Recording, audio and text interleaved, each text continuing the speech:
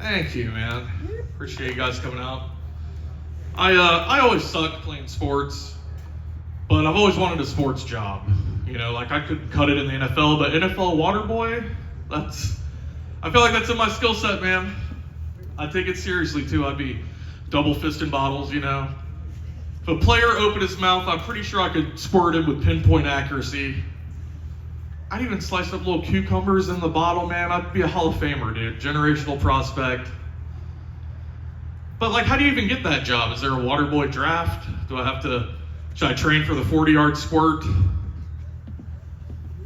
And, like, it sounds like an easy job, but you know there's got to be some water boys who just bust, you know? They just can't hack it in the league.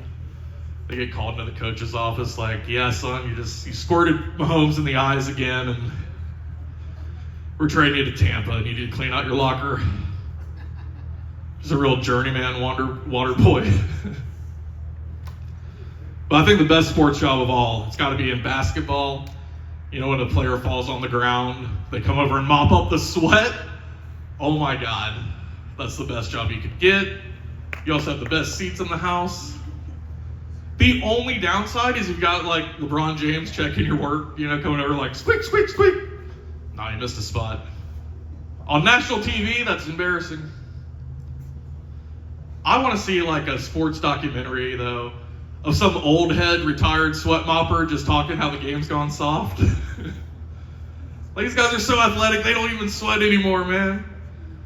Back in my day, they'd crush 3 beers and a cigar at halftime with no AC. Patrick Ewing used to be in a puddle up to his ankles every time he shot free throws. If Shaquille O'Neal fell down, sweat tsunami knock out the courtside seats. We didn't even have mops. We got one towel and a bucket to wring it out in. That game, Wilt Chamberlain scored 100 points. He was sweating out 2 threesomes from the night before. I had to take the shirt off my back to mop up those pheromones.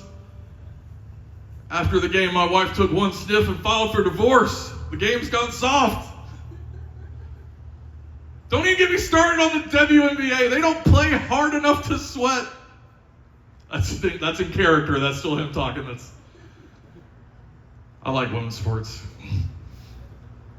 I'm new to Texas. I just moved here from Florida. I know everybody's heard about Florida man. That's not me. It's not who I am.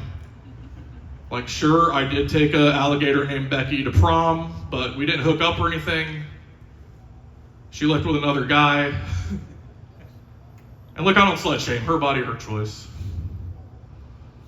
But so I'm at my new apartment, and I got stuck in the elevator. It's never happened to me before. And this isn't a fat joke. This was a mechanical issue. I didn't jump up and down or anything. I'm not suicidal. And I was in there alone. I realized no one ever told me what to do in the situation. I didn't have a first move.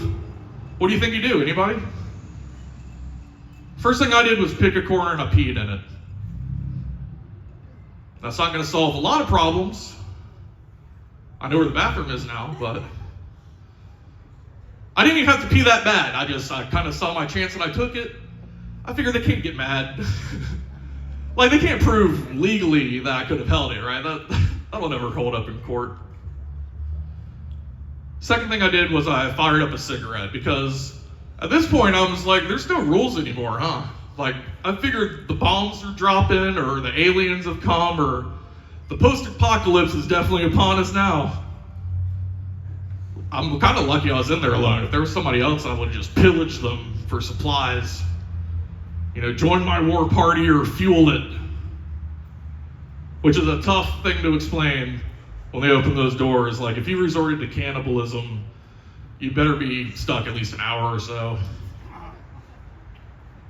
To be honest, I don't know how long I was in there because it took so long to realize it was not moving in the first place. And I don't have an excuse for that. I wasn't listening to music or anything, just staring at my reflection in the doors for like 4 to 7 minutes. Taught me a lot about myself.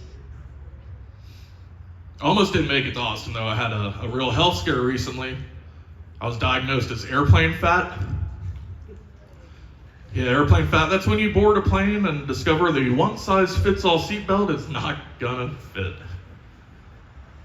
And I've gotten used to ignoring warning signs before, so I figured my first instinct was hide it. I'm gonna put my backpack in my lap, nobody will even know. But I've never been on a plane before. I don't know, maybe it's like a roller coaster. Do they come around and tug everybody's seatbelt before takeoff?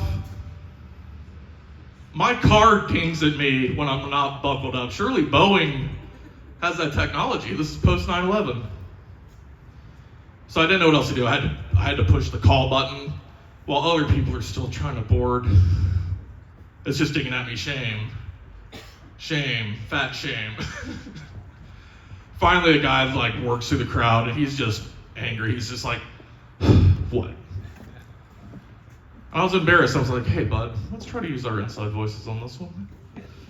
I think my seatbelt might be defective because it is not long enough for the buckles to buckle, and frankly, I don't know what happens now. Like, do I take a bus?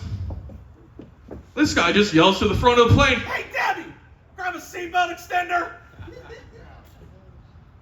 Yeah, he didn't use his inside voice at all. And Debbie's flirting with the pilot or whatever, not paying attention. She just goes, huh?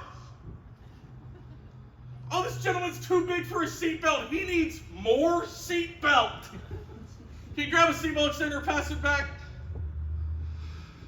No, I didn't know seatbelt extenders were a thing. But sure enough, Debbie pulls something out and she hands it to another passenger. They start passing it back row by row. So half the plane gets to take part in my shame. Some of them turn around to catch a glimpse of the plane's fattest man with their own eyes. Finally got to me. I was like, Jesus. Well, now I have to pretend to be asleep this entire flight.